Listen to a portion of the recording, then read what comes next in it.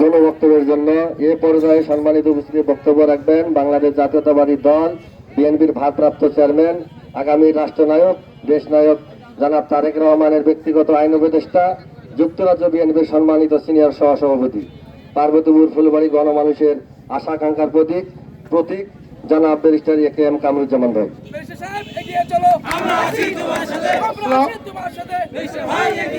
আসসালামু আলাইকুম প্রিয় হাবড়াবাসী, আপনারা ভালো আছেন? বিসমিল্লাহির রহমানির রহিম। প্রথমেই আমি কৃতজ্ঞতা জ্ঞাপন করছি পার্বতীপুরের নেতৃবৃন্দর প্রতি, স্পেশালি আমাদের সংগ্রাম ভাই, আনোয়ার ভাই, মঞ্জুর ভাই, ডাক্তার ভাই, সাধু ভাই ও অন্যান্য নেতৃবৃন্দ। তারপরেই আমি কৃতজ্ঞতা জ্ঞাপন করতেছি ফুলবাড়ির বিএনপির নেতৃবৃন্দ, অধ্যক্ষ খুরশিদ আলম মতি ভাইয়ের প্রতি, সদস্য সচিব মাহবুব আলম, চঞ্চল, কনক ও অন্যান্য নেতৃবৃন্দের প্রতি। তো আমি বেশিক্ষণ কথা বলাবো না, একটা কথাই বলবো যে জনাব তারেক রহমান 31 দফা দিয়েছেন কেন?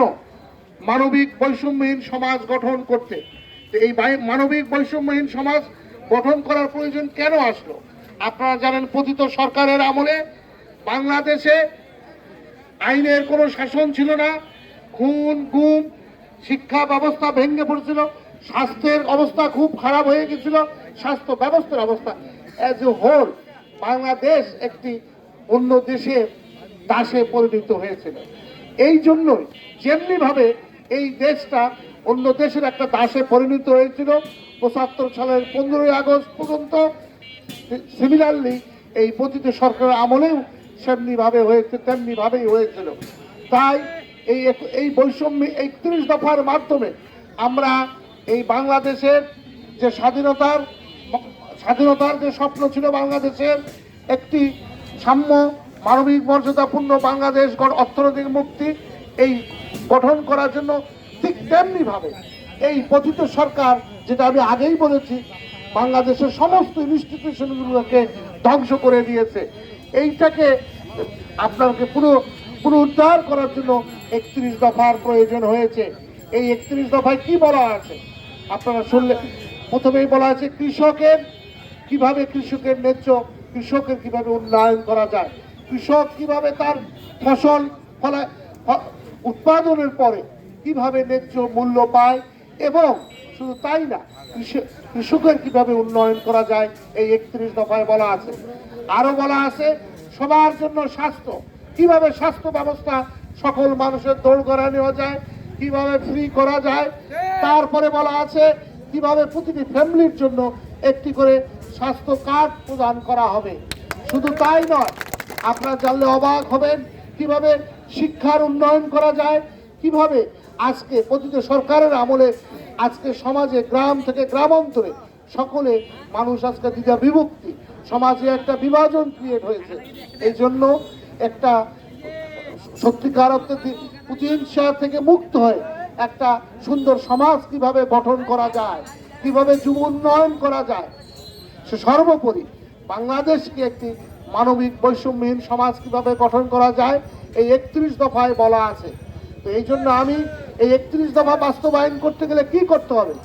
সকলকে আমাদেরকে ধানের শীষের পতাকা তলে আসতে হবে, শহীদের আদর্শকে উদ্দীপিত করতে হবে জনাব তারেক রহমানের হাত ধরে। তাহলেই কিন্তু উনি এই মানবিক বৈষম্যহীন সমাজ গঠন করতে হবে।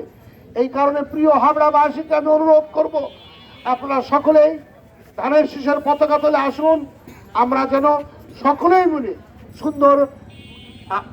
সুন্দর বাংলাদেশ গঠন করতে পারি, বৈষম্যহীন সমাজ গঠন করতে পারি, তাহলেই সার্থকতা হবে। পরিশেষে আমি একটি কথা বলবো, আমরা কিছুক্ষণ আগেই সংগ্রাম ভাই অনেকেই বলেছেন যে আমরা দিনাজপুর অবহেলিত। আমি যদি অন্যান্য জেলার তুলনায় করি, দিনাজপুর জেলা খুবই অবহেলিত জেলা, কারণ বিগত সরকারের আমলে যে উন্নয়নের হওয়ার কথা ছিল সে উন্নয়ন হয়নি। স্পেশালি পার্বতীপুর ফুলবাড়িতেও আমি তেমন কোনো উল্লেখযোগ্য কোনো উন্নয়ন লক্ষ্য করিনি। তো আমি কথা দিতে পারি, যদি জনাব তারেক রহমান সরকার গঠন করেন অবশ্যই দিনাজপুরের উন্নয়ন হবে, এবং উন্নয়ন হবে। এই অবহেলিত মানুষের জন্য আমরা সকলে মিলে কাজ করার চেষ্টা করব। তো এই বলে আমি শেষ করছি। খোদা হাফেজ। বাংলাদেশ জিন্দাবাদ। শহীদ জিয়া অমর হোক। খালেদা জিয়া জিন্দাবাদ। জনাব তারেক রহমান জিন্দাবাদ। তারেক রহমান জিন্দাবাদ। Thank you.